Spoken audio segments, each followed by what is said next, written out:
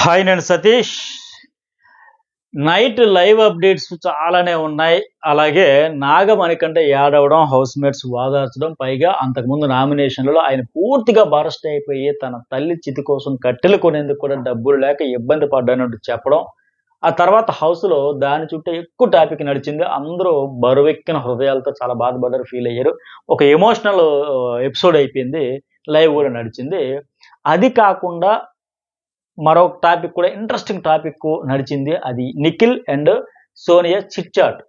ఇది ఎందుకు interesting topic అంటున్నానంటే, ప్రెజెంట్ హౌస్లో స్ట్రాంగ్గా డిఫెండ్ చేస్తూ కానీ అవతల కంటెస్టెంట్లను పాయింట్లతో లాక్ చేస్తున్న సోనియా గేమ్ ఎంత తెలివిగా ఆడుతుంది, ఎంత స్ట్రాంగ్ కంటెస్టెంట్గా ఉంటుందని మరొక తెలివైన స్ట్రాంగ్ కంటెస్టెంట్ నిఖిల్ కనిపెట్టేశాడు.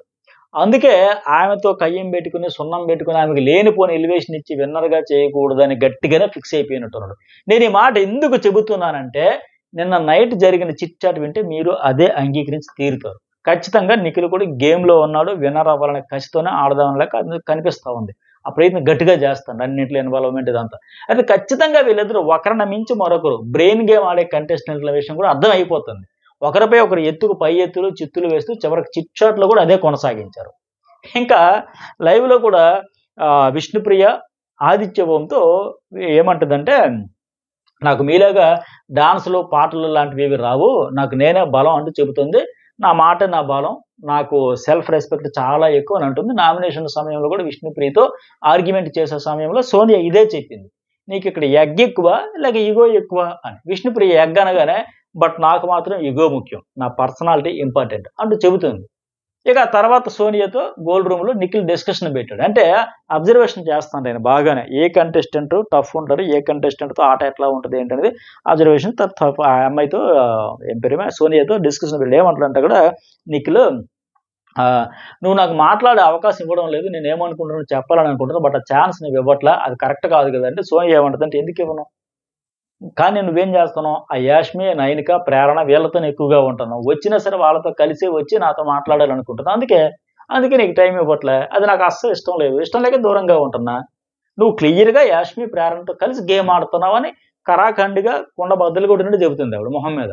నిఖిల్ మాత్రం అయ్యయ్యో అదేం లేదురా, నా మెంటల్ పీస్ కోసమే నేను ఈ షోకి వచ్చాను, ఇంకొకరిని ఎంకరేజ్ చేయడం నా వల్ల కాదు, నా కోసమే నేను వచ్చా.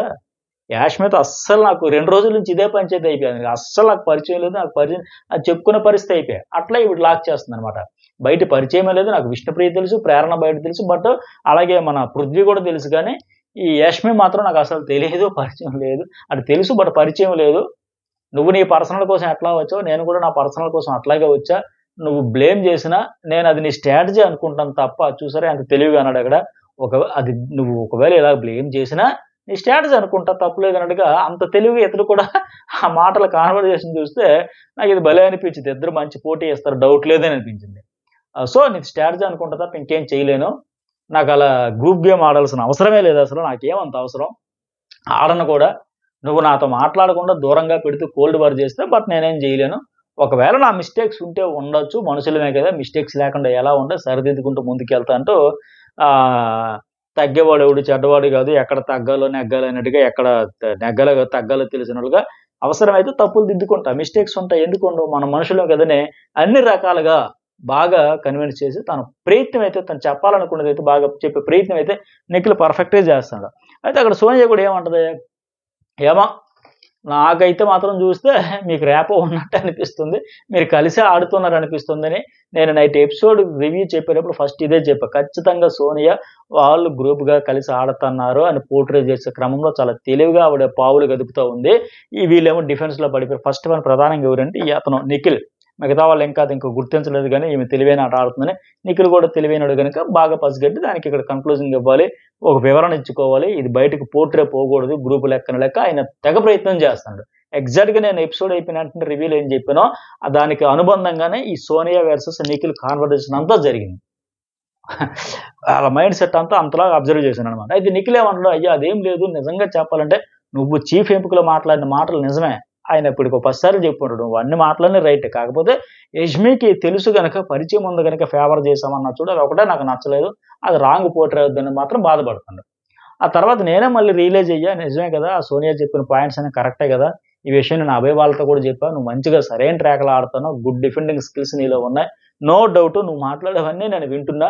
కానీ నాకు మాట్లాడే ఛాన్స్ ఇవ్వట్లేదు. అలాంటప్పుడు నేను ఏమనుకుంటున్నానో నీకెట్లా తెలుస్తుందని ఆయన మాక్సిమం సోనియాతో ఒక పాజిటివ్ వైబ్ కోసమే, అంటే మెయిన్ నెగటివిటీ లేకుండా, ఒక నెగటివ్ వైబ్ లేకుండా ఒక పాజిటివ్ వైబ్ ఉండేటట్టుగా ప్రయత్నం అయితే చేస్తుంటాడు. గుడ్ ఇనిషియేటివ్ అయితే నాకు అనిపించింది.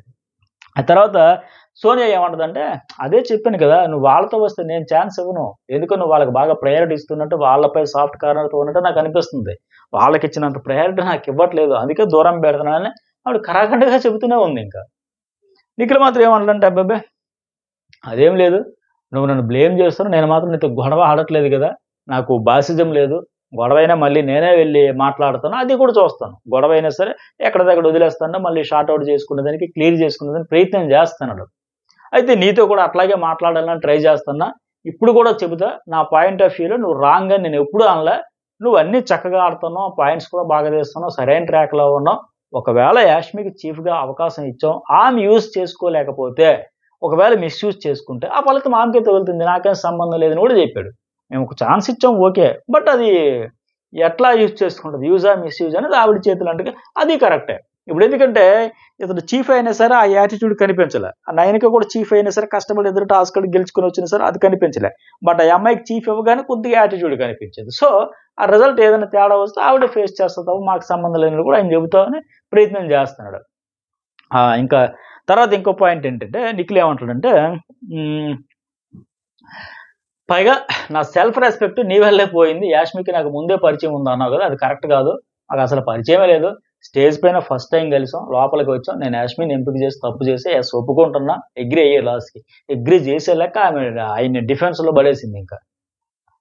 సో నువ్వు చెప్పినట్టు సాఫ్ట్ నేచర్‌తో తప్పు చేసి ఉండొచ్చు ఆ అమ్మాయి పట్ల. అంటే ఆ అమ్మాయి పట్లనే కాదు, బేసిక్‌గా ఆయన అంటుండేది ఏంటంటే, నాకు అమ్మాయిల పట్ల సాఫ్ట్ నేచర్ ఉంటుంది. సో మరి అలాగైతే నేను ఆ పట్టీల మీద ఆడేటప్పుడు అప్పుడే నెట్టేసేవాడిని కదా, ఊపేసి తోసేసి కింద పడేసి బట్టలు ఉతికినట్టు ఉతికేయొచ్చు కదా, అవి నేను చేయలేదని కూడా ఆ రోజు చెప్పి, ఈ రోజు కూడా అదే చెప్తుండు. ఉంటే ఉండొచ్చు. సో పర్ఫెక్ట్ కాదు, నేను నేర్చుకుంటాను. మళ్ళీ మరోసారి అవకాశం వస్తే నువ్వు చెప్పినట్టు నేను నబీల్ అఫ్రీదికి అయితే ఖచ్చితంగా సెలెక్ట్ చేస్తాను. తప్పు జరిగిపోయింది. బట్ ఈ మిస్టేక్ ఫ్యూచర్‌లో జరగకుండా చూస్తానని అతడు ఎంత తగ్గాలో అంత తగ్గి తన తప్పు అయిపోయిందని ఒప్పుకుంటూ మళ్ళీ ఫ్యూచర్‌లో రిపీట్ కాకుండా, సో అవన్నీ కూడా ఫుల్ క్లారిటీ ఇచ్చాడు నిఖిల్. నాకు ఈ విషయంలో బాగా నచ్చాడు ఆయన. తెలివైన ఆటగాడి లక్షణాలుగానే కనిపించాయి నాకు. అట్లాగే ఇంకోటి నిఖిల్ ఇంకొకటి ఏమంటాడంటే ఇక్కడ, ఈరోజు కూడా ప్రేరణ గురించి అన్నావు. ప్రేరణ సేవ్ చేస్తున్నామని 2 టైమ్స్ సేవ్ చేస్తాను. అలాగే నిన్ను కూడా మరి సేవ్ చేశాను కదా, నేను అఫ్రీదిని కూడా సేవ్ చేశాను కదా అన్నాడు. మొత్తానికి నిఖిల్ బాగా బతిమలాడుతున్నాడు సోనియాను. ఆమె అయితే స్ట్రాంగ్ ప్లేయర్ అని ఇతనికి అర్థం అయిపోయింది.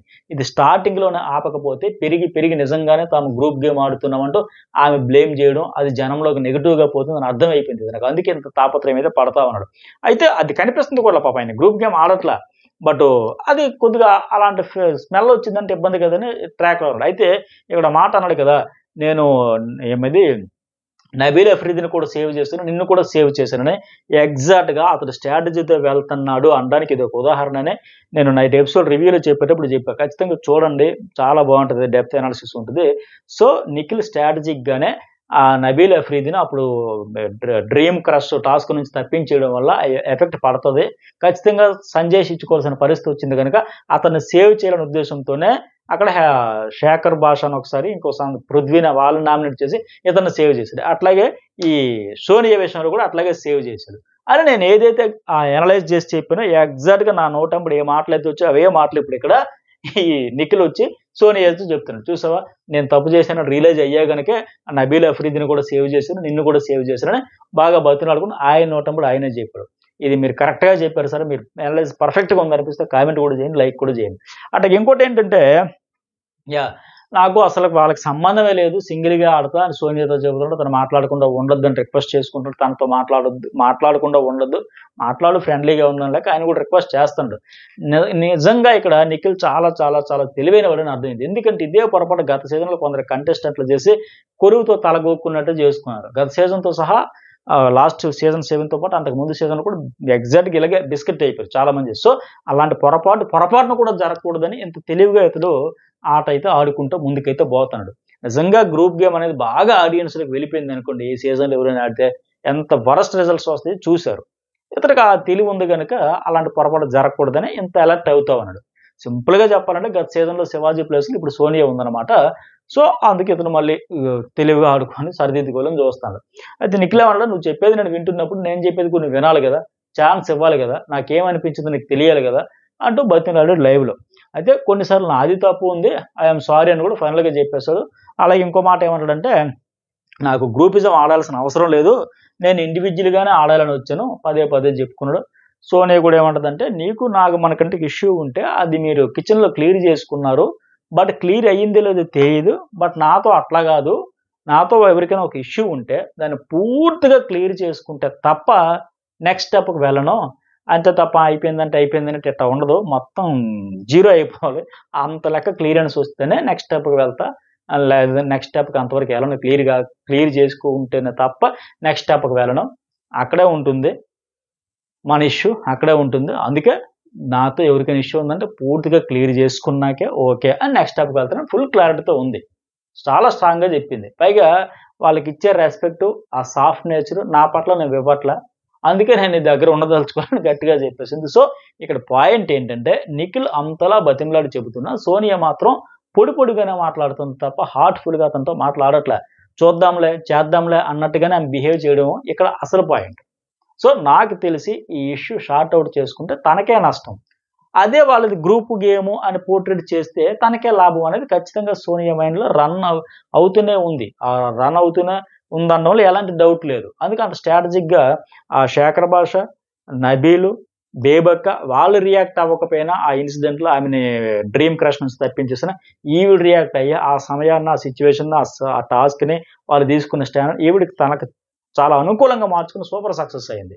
ఇంక ఇదే సమయంలో బెడ్రూమ్లో కూడా నిఖిల్పై మిగతా ఇద్దరు చీఫ్లు యాస్మిన్ నైన్ కూడా గరం అవుతున్నారు. ఏమంటే నామినేషన్ సమయంలో నిఖిల్ ఎందుకు చాలాసార్లు నామినేట్ చేయడానికి కత్తి అందుకోవడానికి రాలేదు, ఆ విషయం అడగాలి అని యాస్కి నైన్కి మాట్లాడుతున్నారు. ఇదేమైనా ఇండివిజువల్ గేమా, ఎందుకు రాలేదైనా, ఆయన కూడా వచ్చి కత్తి తీసి పొడవాలి కదా, సేఫ్ గేమ్ ఆడుతున్నాడు అన్నట్టుగా వీళ్ళిద్దరు మాట్లాడుకున్నారు. బట్ ఆయన తెలివిగా ఆడాడు, ఆ అవకాశం వచ్చినప్పుడు దాన్ని యూటిలైజ్ చేసుకున్నాడు. నబీల్ కోసం ఆయనకు చిన్న ఫీల్ ఉంది, దాన్ని క్లియర్ చేసుకున్నాడు, దానికి ఆయన సేవ్ చేశాడు. అలాగే సోనియా విషయంలో కూడా గట్టిగా పాయింట్ అవుట్ చేసిన కాబట్టి క్లియర్ చేసుకుని తెలివిగా ఆడాడు. సో ఇవి ఎపిసోడ్ లైవ్ అప్డేట్స్ ఇవన్నీ కూడా. అలాగే క్రేజీ అప్డేట్స్ మన జర్నలిస్ట్ సతీష్ అండ్ న్యూస్ బోల్ రెండింటిలో వేరే వేరే కంటెంట్ వస్తుంది. లైక్ చేయండి, కామెంట్ చేయండి, ఫస్ట్ టైం చూసేవాళ్ళు సబ్స్క్రైబ్ అయితే చేసుకోండి.